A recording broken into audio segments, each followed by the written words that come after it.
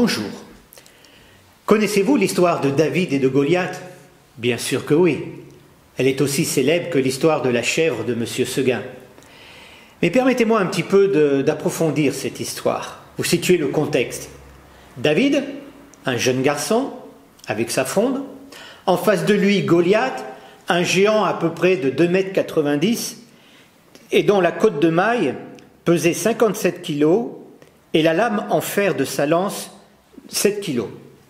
Derrière David, toute l'armée d'Israël qui était effrayée par ce géant, et devant David, toute l'armée des Philistins qui se réjouissait déjà de la victoire de leur champion. Et David, avec une seule simple fronde, malgré toutes les circonstances, abat le géant en lui envoyant une pierre dans le front. Vous me direz, mais comment cela est-il possible? Toute une armée derrière qui tremblait de peur, et un jeune garçon, on ne sait pas son âge, mais il était jeune, a pu vaincre Goliath. Permettez-moi de prendre une illustration. Voyez, là j'ai une paire de jumelles. Imaginez que devant, j'ai un lion. Si je le vois de cette manière, le lion va me paraître très gros. Par contre, si je vois le lion de cette manière, il va me paraître tout petit. C'est le même lion, c'est la même personne, mais c'est la vision qui a changé. David a pu vaincre Goliath parce qu'il voyait Goliath avec les yeux de Dieu, donc quelqu'un de tout petit. Par contre, les Hébreux qui étaient derrière lui voyaient Goliath comme un géant de cette manière, et donc c'était immense pour eux. Oui, David a marché contre ce géant en ayant les yeux de Dieu parce qu'il avait une foi forte, inébranlable en Dieu. Et peut-être, chers amis, devant vous, actuellement, il y a des murailles infranchissables, comme d'immenses vagues qui sont là prêts à vous submerger, des monceaux d'obstacles à surmonter, que ce soit peut-être professionnel, la maladie, que sais-je. Vous avez des obstacles et vous dites, mais comment vais-je faire dans cette pandémie pour m'en sortir, tellement je suis entouré de murailles hautes? Je voudrais vous dire cette vérité, que si vous mettez votre confiance, non pas en un Dieu religieux qui vous dit de faire ceci, faire cela, non, mais si vous mettez votre confiance en un Jésus qui vous aime. Écoutez ces paroles merveilleuses dans les psaumes, je vous en cite deux.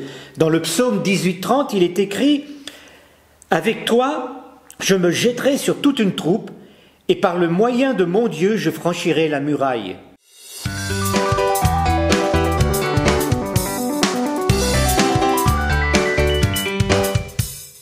Et dans le psaume 118, versets 5 à 9, il est écrit « Me trouvant dans la détresse, j'ai invoqué l'Éternel, et l'Éternel m'a répondu et m'a mis au large. L'Éternel est pour moi, je ne craindrai point. Que me ferait l'homme? Mieux vaut se confier en l'Éternel que de se confier en l'homme. »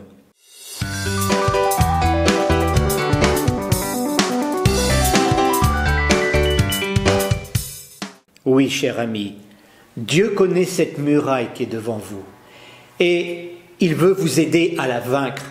Mais pour cela, il vous faut placer votre confiance en Dieu, mais pas d'une manière intellectuelle. Cela ne marchera pas. C'est pour cela que des religieux font appel à Dieu face à différents problèmes et ne voient pas Dieu agir. Mais si vous vous appelez Jésus-Christ, le Fils de Dieu, qui est venu sur cette terre, qui est mort sur la croix pour pardonner nos péchés, c'est-à-dire toutes nos mauvaises actions, et nous donner une espérance, alors avec sa force, vous serez capable de surmonter tout obstacle, parce qu'il sera avec vous, à côté de vous. Même il vous portera sur ses épaules, et vous franchirez ces obstacles. Et vous serez comme David, qui, avançant vers Goliath, voyait Goliath avec les yeux de Dieu, tout petit. Chers amis, Jésus vous aime, il est mort pour vous sur la croix, il veut être votre conseiller, votre ami. Et je terminerai cette courte vidéo par ce passage que Jésus a prononcé dans l'évangile de Matthieu, chapitre 11, verset 28. « Venez à moi, vous tous qui êtes fatigués et chargés, et je vous donnerai du repos. » Peut-être que cette vidéo amène des questions, des interrogations. Eh bien, vous pouvez m'écrire à l'adresse mail qui apparaît en dessous de cette vidéo, je vous répondrai. Ou mieux, si vous désirez venir nous rencontrer, eh bien, nous vous invitons tous les dimanches à 9h30 ou à 11h, nous avons 2 cultes, au 14 rue Richelieu à Villeurbanne, à l'église évangélique de Réveil. Et nous vous accueillerons. Je vous souhaite une bonne journée et je vous dis à la semaine prochaine. Au revoir.